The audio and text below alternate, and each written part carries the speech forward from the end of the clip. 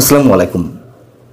আওয়ামী সরকারের সময় আমরা যে কোনো গণতান্ত্রিক আন্দোলন প্রতিহত করতে যেমন ছাত্রলীগকে লাঠিয়াল বাহিনী হিসেবে আবির্ভূত হতে দেখেছি, এখন এনসিপি ঠিক সেই ভূমিকায় অবতীর্ণ হয়েছে। সরকারের লাঠিয়াল বাহিনী হিসেবে যে কোনো গণতান্ত্রিক আন্দোলন প্রতিহত করতে তারা সেই ভূমিকা পালন করতে যাচ্ছে বা করছে, আমরা দেখেছি। কোনো কোনো ক্ষেত্রে ছাত্রলীগের চেয়েও ভয়ঙ্কর রূপে তাদেরকে আবির্ভূত হতে দেখছি। যেমন আন্তর্জাতিক শক্তির স্বার্থ রক্ষায় সরকার বিভিন্ন ধরনের পদক্ষেপ নিতে যাচ্ছে এমন অভিযোগ রয়েছে, যেমন রাখাইনের উদ্দেশ্যে করিডোর দেওয়া কিংবা চট্টগ্রাম বন্দরের মতন বন্দর বিদেশিদের হাতে তুলে দেওয়া পরিচালনা করার নামে। এসবের বিরুদ্ধে তো বিভিন্ন রাজনৈতিক দল প্রতিবাদ করছে, তাদের অবস্থান জানিয়েছে। এইগুলোতে যারা আন্দোলন শুরু করেছে, যেমন বন্দরে, চট্টগ্রাম বন্দরে শ্রমিকরা অবস্থান কর্মসূচি পালন করছে। সরকারি নতুন যে অধ্যাদেশ কর্মচারীদের জন্য, সেটার বিরুদ্ধে যে আন্দোলন চলছে, সেগুলোতে জাতীয় নাগরিক কমিটি হুঙ্কার দিচ্ছে, হুঁশিয়ার উচ্চারণ করছে। কেন, কি কারণে, তাদের স্বার্থটা কোথায় আসছে সে বিষয়ে এখন সারা দেশে যে আলোচনার বিষয়টি তা হচ্ছে সরকারি কর্মচারীদের ক্ষেত্রে সরকার যে নতুন অধ্যাদেশটি জারি করেছে সেটার বিরুদ্ধে যে আন্দোলন চলছে। সেটাই তো সেই অধ্যাদেশে আসলে কি বলা হচ্ছে? যা বলা হচ্ছে তা তো একেবারেই সংবিধান পরিপন্থী এবং ট্রেড ইউনিয়ন করার ক্ষেত্রে সম্পূর্ণ বিরোধী, এমনই একটি কালাকানুন। বিশেষজ্ঞরা তেমনটা বলছেন। এই অধ্যাদেশে বলা হচ্ছে শৃঙ্খলা পরিপন্থী কোনো কাজ করলে, কাজে বাধা সৃষ্টি করলে, ছুটি ছাড়াই কর্মক্ষেত্রে অনুপস্থিত থাকলে কিংবা অন্য কাউকে অনুপস্থিত থাকতে উৎসাহিত করতে কিংবা কর্তব্য পালন না করার জন্য কেউ উস্কানি দিলে তাদেরকে চাকরিচ্যুত করার মতন বিধান যুক্ত করা হয়েছে। আত্মপক্ষ সমর্থনে তেমন একটা সুযোগ এখানে রাখা হয়নি। 3 ধরনের শাস্তির কথা এখানে বলা হচ্ছে, আপনারা নিশ্চয়ই এর মধ্যে জেনেছেন।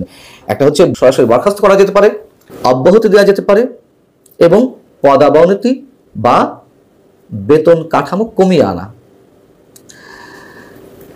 এইগুলোর ক্ষেত্রে কি বলা হচ্ছে? প্রথমে কারণ দর্শানোর নোটিশ দিতে হবে বা কর্তৃপক্ষ দেবে, তারপর 7 দিনের মধ্যে জবাব দিতে হবে, তারপরে আবারও তার বিরুদ্ধে শাস্তির জন্য কেন পদক্ষেপ নেওয়া হবে না যদি সন্তুষ্ট না হয়, তারপর চাকরিচ্যুতের মতন যে কোনো দণ্ড কর্তৃপক্ষ দিতে পারবে। এখানে বলা হচ্ছে কি যে এই যে এর বিরুদ্ধে আপিল করতে পারবে, মানে উচ্চপদস্থ যে কর্তৃপক্ষ তাদের বিরুদ্ধে, মানে সেখানে আপিল করতে পারবে, কিন্তু কর্তৃপক্ষ ইচ্ছা করলে সেই আপিল তারা মানে গ্রহণ করতেও পারে, নাও করতে পারে। না করার সম্ভাবনায় বেশি, মানে একচ্ছত্র আধিপত্য দিয়ে দেওয়া হচ্ছে তাদেরকে। আপিল করতে পারবে ঠিকই, তবে আবার রাষ্ট্রপতি যদি কোনো ধরনের আদেশ দিয়ে দেয় সেটির বিরুদ্ধে আর কোনো আপিল করা যাবে না। কেন এটি করা হচ্ছে? এই সময়ে বলা হচ্ছে যে কর্মকর্তা কর্মচারীরা যেভাবে লাগাম ছাড়া চলছেন, যখন তখন প্রশাসনকে অস্থির করার চেষ্টা করছেন, এটা কাম্য নয়। যারা অনিয়ম দুর্নীতি করার চিন্তা করবেন তারা সংশোধিত আইনে কিছুটা হলেও ভয় থাকবেন। এটি বাস্তবতা, এটি স্বীকার করে নিতে হয়। সরকারি কর্মকর্তা বা কর্মচারীরা যে কোনো সময় যে কোনোভাবে আন্দোলনে যায়, এটা নিঃসন্দেহে সরকারের বিভিন্ন ক্ষেত্রে কাজের বাধা সৃষ্টি হয়, কিন্তু সেইগুলো প্রতিরোধের জন্য তো আইন রয়েছে। সেগুলো কার্যকর না করে কেন এইভাবে মানে শর্ট নোটিশেই 14 কার্য দিবসের মধ্যে তাদেরকে শাস্তির আওতায় আনতে পারবে, কেন তারা আপিল করতে পারবে না রাষ্ট্রপতির আদেশের বিরুদ্ধে? এই জন্যই এগুলোকে কালা কানুন বলা হচ্ছে। যারা আন্দোলন করছেন তারা কি বলছেন? এবং মজার কথা হচ্ছে, একটু বলে রাখি, এই অধ্যাদেশটি কিন্তু সরকারের সব কর্মকর্তা কর্মচারীদের জন্য নয়, শুধুমাত্র কর্মচারীদের ক্ষেত্রে। দুর্নীতির ভাগ বাটোয়ারা কোথায় গিয়ে আগে বেশি পৌঁছায়? কর্মকর্তাদের ক্ষেত্রেই তো। তারাই তো যেমন ইচ্ছে চলেন, তাদের উপর ছড়ি ঘোরানোর লোক তো খুব কম। অথচ কর্মচারীদের ক্ষেত্রে আইন থাকা সত্ত্বেও আবার এই অধ্যাদেশটি জারি করা হয়েছে। কেন সে বিষয়ে একটু বলবো। এখন কর্মচারীরা যা বলছেন যে এই অধ্যাদেশের বলে কি হবে, তাদের উপরে যে কোনো নিবর্তনমূলক সিদ্ধান্ত চাপিয়ে দেওয়া সম্ভব হবে, মত প্রকাশের অধিকার ক্ষুণ্ণ হবে, সভা সমাবেশ কিংবা কর্মবিরতির মতন কোনো প্রতিবাদ কর্মসূচি তারা করতে পারবে না, যেটি বলছিলাম, যা সংবিধানের একেবারেই পরিপন্থী। গণতান্ত্রিক অধিকার বলে কিছু থাকে না। এবং অফিসের যারা উচ্চপদস্থ কর্মকর্তারা বা বস, তাদের যে কোনো অন্যায় আদেশ পালনে বাধ্য থাকতে হবে। পক্ষান্তরে তাই যে আমি অফিসের বস, আমার কোনো কর্মচারী তাকে আমি কোনো অন্যায় আদেশ দিলাম, তিনি করলেন না, তাকে যে কোনো অজুহাতে আমি যে কোনোভাবে আটকে দিতে পারি, চাকরি থেকে বরখাস্ত করে দিতে পারি, সেই সুযোগটি তো রাখা হচ্ছে। এখন বিষয় হচ্ছে সরকার যেটি বলছিল যে সরকারের এই কর্মচারীরা বিভিন্ন সময় লাগাম ছাড়া আন্দোলন করছে, তাদেরকে ঠেকিয়ে রাখা যায় না, তাদেরকে একটা বাইন্ডিংসের মধ্যে আনার জন্য এই ব্যবস্থা। আসলে কি তাই? বিষয়টি হচ্ছে যে শেখ হাসিনা সরকারের পতনের পর থেকে অনেক ধরনের আন্দোলন হয়েছে। অনেকে বলছেন প্রশাসন যন্ত্র এবং সচিবালয়ের বিভিন্ন ঘটনার কারণে সরকার বিব্রতকর অবস্থায় পড়েছে এবং বিশেষ করে পদোন্নতি সহ চাকরি সংক্রান্ত বিভিন্ন বিষয় নিয়ে বিসিএস এর বিভিন্ন ক্যাডারে কর্মকর্তাদের যে মধ্যে যে বিরোধ লেগে আছে সেইগুলোর নিষ্পত্তির জন্য এই অধ্যাদেশটি জারি করা। যদি তাই হয়ে থাকে তাহলে আর যারা মব ক্রিয়েট করে এ ধরনের দাবি দাওয়া আদায় করছে তাদের ক্ষেত্রে কি হবে? এবং জাতীয় নাগরিক পার্টি তো সরকারের কোনো ফর্মাল বাহিনী নয়। আগে বলা হতো যে পুলিশ নেই, বিভিন্ন ক্ষেত্রে আমরা দেখেছি জাতীয় নাগরিক কমিটির এখনকার যে নেতারা, তারা আগে বৈষম্য বিরোধী আন্দোলনের ব্যানারে নেমেছে, বিভিন্ন সময় তারা বিভিন্ন আন্দোলনে বাম হাত ঢুকিয়েছে, ঝাঁপিয়ে পড়েছে, সংঘর্ষ হয়েছে। তখন তো তাদের পক্ষে তাও একটা যুক্তি ছিল, ছাত্ররা করছে। এখন তো আর ছাত্র নেই, এখন তো একটা রাজনৈতিক দল।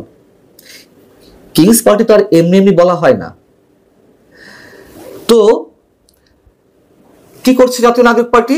তারা কি বলে হুঁশিয়ারি হুঙ্কার ছাড়ছে?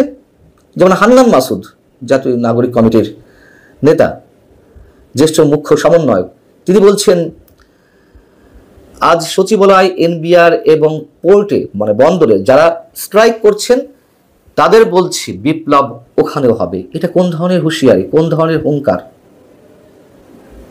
হাসনাত আব্দুল্লাহ তিনি কি বলছেন? বাংলাদেশে লাখ লাখ হাসনাত আব্দুল্লাহ আছেন। এই হাসনাত আব্দুল্লাহ বেঁচে থাকতে এই সংস্কার কার্যক্রমে যদি বাধা আসে সেটি কঠোর হাতে জনগণকে সঙ্গে নিয়ে প্রতিরোধ করা হবে। আপনারা এটি ভাববেন না যে আপনাদের বিকল্প নাই, সরকারকে যদি জিম্মি করেন সেটার পরিস্থিতি ভালো হবে না। তার এই কথাগুলোর মধ্যে সব লুকিয়ে আছে। এক নম্বর হচ্ছে তারা যদি প্রথমে বলছিলাম যে কোনো কোনো ক্ষেত্রে ছাত্রলীগের যে রূপ ছিল তার চেয়ে ভয়ঙ্কর রূপে আবির্ভূত হয়েছেন।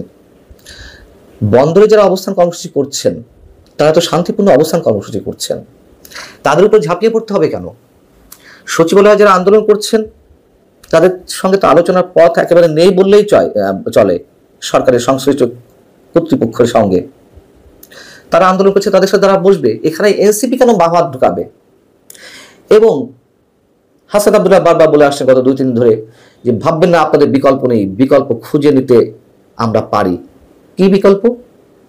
আরেক নেতা জাতীয় নাগরিক পার্টির তিনি আবার ফেসবুকে স্ট্যাটাস দিয়েছেন যারা এই আন্দোলন করছে তাদের এই অধ্যাদেশের মাধ্যমেই বরখাস্ত করে নতুন লোকজন নিয়োগ দেওয়া হবে বা নিয়োগ দেওয়ার জন্য আবেদন জানাচ্ছে। কাদের নিয়োগ দেওয়া হবে? কোত্থেকে নিয়োগ দেওয়া হবে?